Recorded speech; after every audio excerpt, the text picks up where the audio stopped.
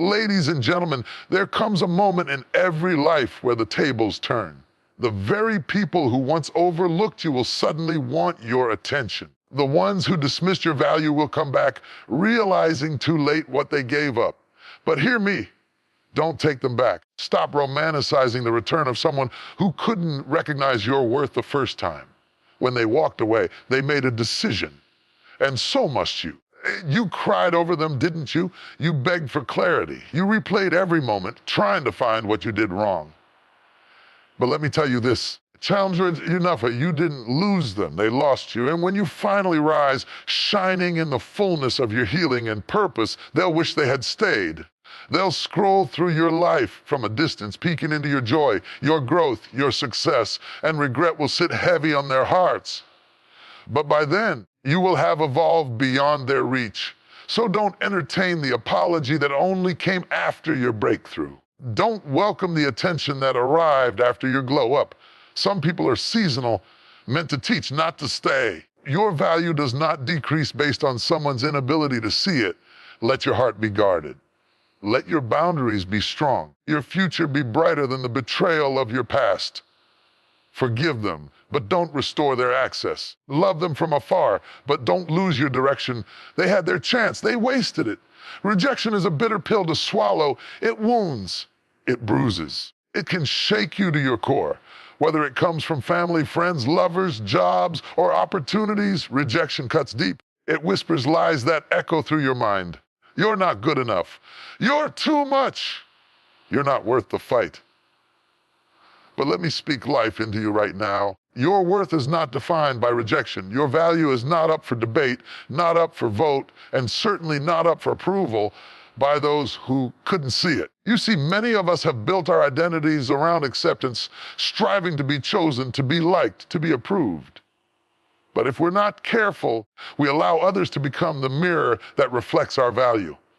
And when they walk away, when they ghost us, when they say we're not enough, suddenly we start believing that we're broken, that we're unlovable, that we're not worth staying for. Let me remind you of something powerful. Just because someone failed to recognize your worth doesn't mean your worth vanished. Diamonds remain diamonds even when buried in the dirt. Gold doesn't lose its value because it's been passed over. What you carry inside you, your gift, your love, your purpose, is not diminished because someone failed to honor it. You may have been rejected by them, but that doesn't mean you're rejected by life. That doesn't mean you're rejected by purpose. That doesn't mean you're rejected by God. Rejection may hurt, but it's not the end of your story. In fact, many times it's the beginning, because sometimes the doors that close on us are actually divine detours. Sometimes the people who walk out were never meant to walk with you in the first place, and sometimes the no you hear is just the echo of heaven saying, I have something better. Rejection isn't always personal. Sometimes it's prophetic. It's a redirection in disguise. You were crying over what didn't stay, not realizing it was blocking what needed to come. You were holding on to hands that couldn't hold your future. You were begging for seats to be filled that were never assigned to your destiny. Don't you know that you are fearfully and wonderfully made? That you were knit together with intention, not accident? You are not disposable. You are not random. You were not made to be tolerated. You were made to be treasured.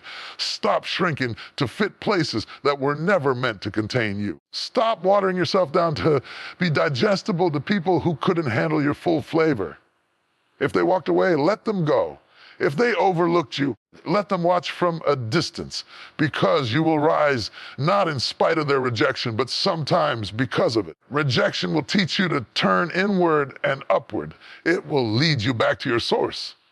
It will show you where you've depended too much on approval. It will expose where you've built altars to people who were never meant to be worshipped. And in that space of brokenness, you will find healing. You will find clarity.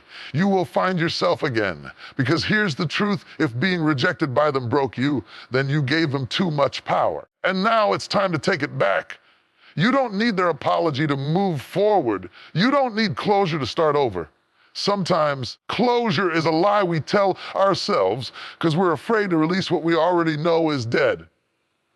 You don't need to know why they left. You don't need to understand every betrayal. You just need to remember who you are. And one day, very ones who rejected you will look back and see the person they overlooked. They will watch you rise from the ashes. They will see the glory that emerged from your grief. But by then, you will have outgrown them. You will have healed beyond the reach of their regrets. This is your season of remembrance, not to remember what they did, but to remember what you carry, to remember the power inside of you that doesn't shake just because someone didn't choose you. You're not meant to chase what walked away. You're not meant to convince someone to love you. You are meant to stand tall in your own light and attract what aligns with your truth. So the next time rejection comes knocking, don't crumble. Don't question your identity. Smile, lift your head, and say, this is not the end. This is the clearing. The clearing for new doors, new people, new growth. The clearing for the kind of love and purpose that doesn't require you to shrink. Your worth is not a reflection in someone else's mirror. Your worth is built in, eternal, unshakable, and no amount of rejection can erase what has been divinely written over your life. I will no longer internalize rejection as a definition of who I am. I will no longer let someone's inability to love me become the foundation of my self-worth. I am valuable because I exist. I am worthy because I was created with intention. I am enough, then, now, and always. Sometimes the greatest blessing you'll ever receive won't come wrapped in comfort applause or congratulations. It won't look like favor. It surely won't feel like a gift. Sometimes your biggest breakthrough is hidden inside something that broke you, like the unexpected exit of someone you thought you couldn't live without. We all know the pain of people walking away, the silence, the unanswered texts. The promises that turned into confusion. The ones who said they'd stay, didn't. The ones you gave your heart to, only to have it returned shattered. It wasn't an accident. It wasn't random. It wasn't just a personal loss. It was a spiritual alignment, a divine appointment masked as a painful goodbye. Because sometimes before God blesses you, He subtracts. Before He adds to your life, He removes what's in the way. And what's in the way is not always something bad. It can be something familiar, something comfortable, something you pray to keep. Some exits are orchestrated by heaven, and you won't understand it in the moment. You'll cry, question, replay the scenes over and over in your mind. You'll ask, why did they leave me? What did I do wrong? Why wasn't I enough? But listen carefully, you didn't lose them. They were released because they couldn't carry the weight of your next season. There are some places God is taking you that not everyone is qualified to go. Some tables are set just for you, and not every face from your past can sit there. If you bring the wrong people into your purpose, they'll poison the promise. They'll delay the journey. They'll distort the vision. So before elevation comes separation, before glory comes pruning, and before fulfillment comes loss. It doesn't mean you're unlovable. It doesn't mean you're unbroken. It means God saw something in your future that required a shift in your circle. People exit your life. It's tempting to see it as rejection, but more often it's redirection. The end of a chapter doesn't mean the end of the book. It means something new is being written, a better storyline, a plot twist, a divine unfolding. You prayed for growth. You prayed for peace. You prayed for purpose. But when God began to answer your prayer, it didn't look like an opportunity. It looked like someone leaving, because growth often starts with letting go. Some exits are an act of mercy. You didn't know what they were doing behind your back. You didn't see the jealousy, the gossip, the manipulation, but God did. And He loved you too much to let it go on. So He allowed the distance, the separation, the heartbreak, not to destroy you, but to deliver you. Yes, it hurt. Yes, you didn't see it coming, but you survived it. And not only did you survive, you're wiser now, stronger now, clearer now. Their exit taught you how to depend on God, how to find your voice, how to stand when everything around you felt like it was falling apart. Because let's be honest, had they stayed, you would have stayed the same. You would have kept compromising, kept shrinking, kept waiting for them to see your worth. But now you see it for yourself. You're not begging for love anymore. You're not chasing after approval. You're walking in purpose with your head held high. Their exit forced you to face yourself, to discover your identity apart from who they said you were, to find healing in your own voice, power in your own walk. I challenge joy that doesn't rely on their presence. And when you look back, you'll realize that what you thought was abandonment was actually alignment. What you thought was rejection was really God's redirection. The door that closed saved your destiny.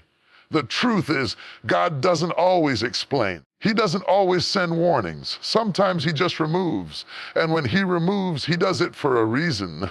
You may not see the reason now. You may still feel the sting, but one day you'll thank him for unanswered prayers, for divine delays, for detours that didn't make sense at the time, saved you in the end. That's why you can't chase after what God released. You can't go back and try to reopen a door he closed. What walked away is not your assignment anymore. Stop romanticizing what nearly ruined you. Stop trying to resurrect what God buried. When someone shows you they're not meant for your journey, believe them, care enough. Because here's what you need to know: what's coming is better than what left. Your future is not tied to the ones who left. Your identity is not routed in their opinion. Your value is not shaken by their absence. When God allows people to exit, it's not the end. It's a clearing. Care enough, a clearing for better relationships, for deeper purpose, for greater clarity. You are not alone. You're being set up for something bigger than what you lost. So hold your head up. Stop playing the pain. Stop grieving people who don't grieve you. Your worth is not in who stayed or who left. It's in who you're becoming. It's in who God says you are. It's in the divine plan that's unfolding even now beyond what you can see. And when the dust settles, you'll look around and say, care enough. I didn't see it then, but now I know. That exit was my setup. That goodbye was my breakthrough. That ending was my beginning. And you'll no longer mourn what was, because you'll be too busy living what is and stepping boldly into what will be. Care enough. There will a time in your life when the very people who hurt you, doubted you, abandoned you, or betrayed you will return. Not to fix the damage, care enough, but to ease their own guilt. They will bring apologies, carefully crafted words, and maybe even tears. And while your heart may want to listen, while your soul may crave the closure, let me speak this truth into your spirit. Don't let apologies undo your growth.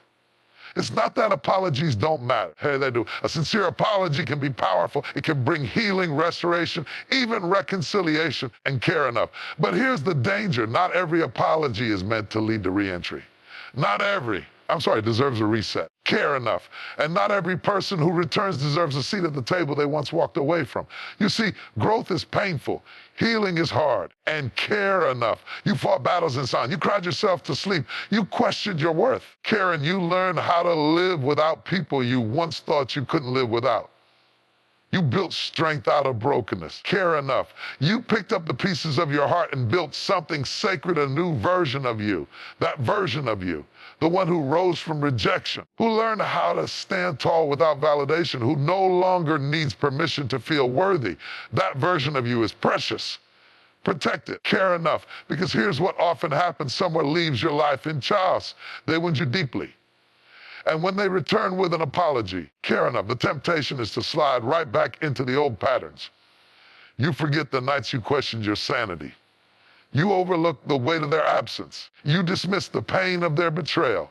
And in a moment of vulnerability, you shrink to make room for them again. But understand this, care enough. Not everyone who apologizes has changed. Some people apologize not because they care about your healing, care enough, but because they feel uncomfortable watching you thrive without them. Some come back because their life didn't turn out the way they expected. Care enough, because the people they chose or you failed them. Because now they see the value they once ignored. And care enough. Recognizing your worth now doesn't erase the damage they did when they couldn't see it. It doesn't entitle them to be part of your healed journey. Growth is sacred. It is divine. It is not just about becoming better. It's about becoming whole. And part of being whole is understanding boundaries. Enough. Not every bridge needs to be rebuilt. Not every door needs to be reopened. Some things need to remain closed. not out of bitterness, but out of wisdom. You can accept the apology and still keep your distance. You can forgive without re-engaging. Care enough. You can love someone and still recognize that your peace is more important than their presence. Sometimes, and care enough, we hold on to people because we're afraid of what life looks like without them. But let me remind you, you've already survived their absence. You've already learned how to thrive alone. You've discovered joy in your own space. Don't trade that independence for emotional manipulation disguised as repentance. And yes, people can change, but real change is proven over time. Enough, not in tearful words and empty promises. If their apology requires you forget how far you've come, it's not reconciliation. It's regression. Care enough. You were not put on this earth to be someone's lesson, someone's maybe later, someone's backup plan. You are not a holding place for people to come and go as they please. You are not a rehabilitation center for the emotionally unavailable. So when apologies come, and care enough, listen with grace, but respond with wisdom. Ask yourself, does this person support who I'm becoming? Or do they only miss who I used to be? Do they honor my growth? Or are they trying to access the version of me that tolerated what I no longer accept? Healing changes your standards. A growth makes you outgrow places, people, and even past versions of yourself. What you allow then, you no longer tolerate now. What you excused before, you now confront. What you once thought was love, you now recognize as control, fear, or dependency. So when that apology shows up, through a message, a call, or an unexpected conversation, pause. Don't rush to restore. Don't be so quick fix what was never meant to be whole again. Instead, care enough. Look in the mirror and remember how far you've come. Remember the nights you prayed for strength. Remember the seasons you survived alone. Care enough and remind yourself that growth is not worth trading for comfort. Yes, forgive, always forgive. But never forget the lesson. Never forget the version of you that rose up from heartbreak, confusion, and pain. And care enough. Never forget that you don't owe anyone access just because they finally realize your value.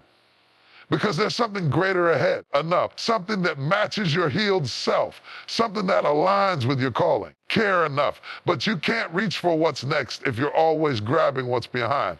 You are no longer who we were when they left. So don't let a few words undo the work of your growth.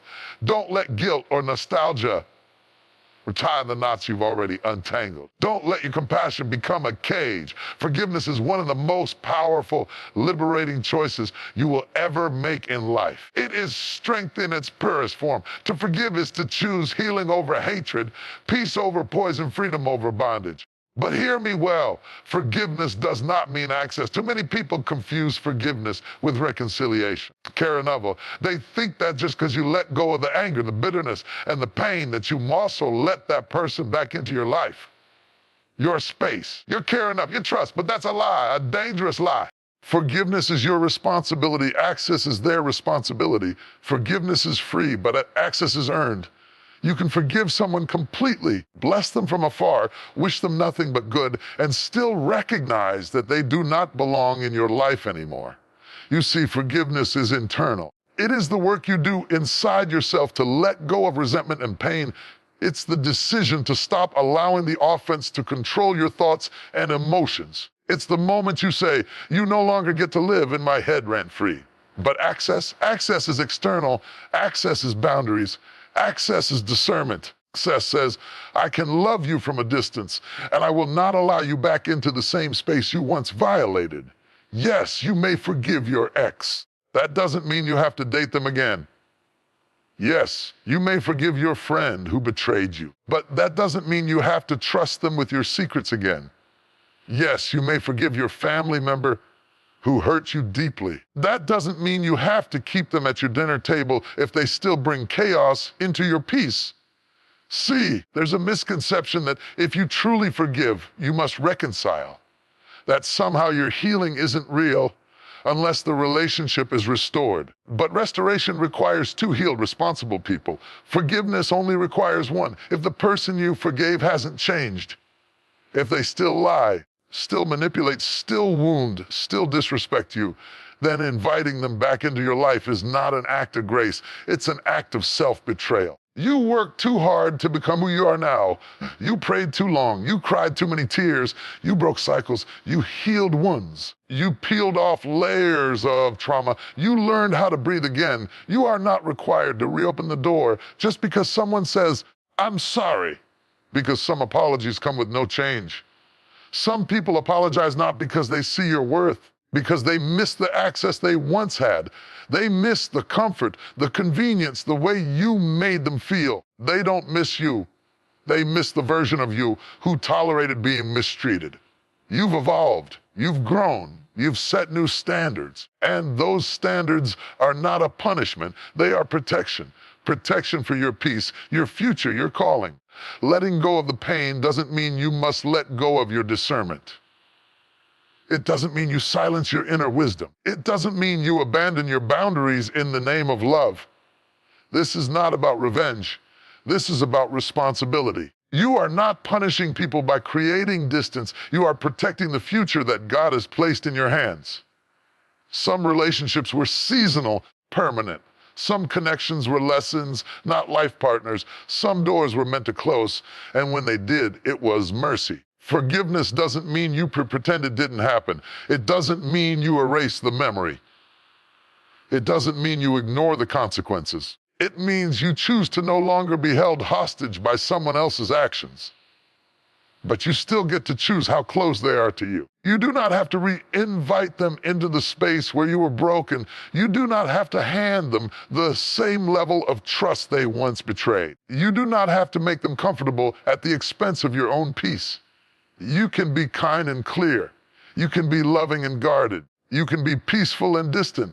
You don't need to prove your forgiveness by putting yourself in harm's way again. You don't need to validate their apology by offering them the same position in your life. Growth means things change, and sometimes that includes who gets close to you. They may not understand. They may accuse you of being bitter, cold, unforgiving, but let me remind you, you are not responsible for their comfort. You are responsible for your calling. So yes, forgive. Forgive often. Forgive deeply. Let your heart be clean, soft, and light, but be wise with your access. Be mindful of your space. Be selective about who gets close to your soul. So walk in grace, but walk with strength. Forgive them. But don't forget what it cost you to heal. Don't forget who you had to become to get to this place of peace. Don't let guilt or manipulation twist your clarity. Don't confuse closure with reunion. Challenge is a call on your life, a purpose that's been placed within you since before you were even born. A destiny that's greater than your past, stronger than your struggles, and more powerful than your pain. But let me tell you something that many never say out loud. Not everyone will be happy about your progress. Not everything from your past can follow you into your future. And not all distractions come in ugly packages. Some come dressed as comfort, nostalgia, or unfinished business. Because every time you take a step forward, there will be something or someone trying to pull you back. Every time you begin to grow, evolve, and transform, there will be voices from your past, old habits, old relationships, old environments, calling you by the name of who you used to be. Not because you owe them anything, because they're uncomfortable watching you become who you were always meant to be. And here's the truth, not every distraction looks like destruction. Some distractions feel like home. They feel familiar. They feel like the thing you used to run to for comfort. That old friend who still talks like you're stuck in high school. That ex who shows up just when you've finally healed. That environment you escape but sometimes daydream about when the pressure of purpose gets heavy. But don't let your memory trick you. Don't let your loneliness lie to you. Don't let your history hijack your destiny. You've cried too many nights, fought too many inner battles, endured too many seasons of silence to trade your peace for familiarity. Protecting your destiny requires discipline. It means saying no, even when it feels easier to say less. It means choosing solitude over company that drains you. It means being misunderstood for walking away from what others still settle for. There are places God is taking you that not everyone can go. There are levels of purpose that require a different mindset, a higher standard, a deeper commitment. And if you keep letting old distractions back in, you'll keep sabotaging your own future. Distractions are not always evil. They're often subtle. They don't show up with red flags. They show up with memories, with conversations that feel like closure, invitations to just catch up. But here's what you need to ask yourself. Does this bring me closer to my purpose, or is it a detour in disguise? You have to become so focused on where you're going that you no longer have time to entertain what's trying to keep you in who you were. The old you would have answered that call. The old you would have responded to that text. The old you would have kept the door cracked for just in case. But the healed you, the maturing you, the growing you, you've got to close the door, lock it, seal it with clarity. Because the truth is, every time you give attention to an old distraction, you delay the assignment on your life. You extend a season that was supposed to end. You reopen wounds that were finally healing. You trade growth for comfort and purpose for nostalgia. Here's the hardest part. Sometimes the distraction is a person you love, a place that shaped you, a habit that soothed you. But growth demands honesty. Honesty says, this may have been good to me. It's not good for me anymore. It takes courage to walk away from what no longer aligns with your destiny. You must choose your future over your feelings, your calling over your comfort, your vision over your history. You weren't created to stay stuck in the same cycles. You weren't designed to keep repeating the same heartbreaks, friendships, or failures. There's something greater on the other side of your discipline. There's something more powerful waiting beyond your resistance to let go. That's why you've got to protect your mind, protect your time, protect your energy, protect your peace, protect your space like it's sacred. Because it is. The more you protect your purpose, the less access distractions will have to derail you. Don't be surprised when the enemy tries to repackage old distractions with new faces. When familiar pain shows up wearing a different outfit. When the same test appears in a different form. That's why discernment is key. You've got to be so rooted in your identity and purpose that you can spot a distraction even when it's wrapped in a compliment. You're not arrogant. You're aware. You're not distant. You're discerning. You're not heartless. You're healed. And healed people don't return to what broke them. Focused people don't pause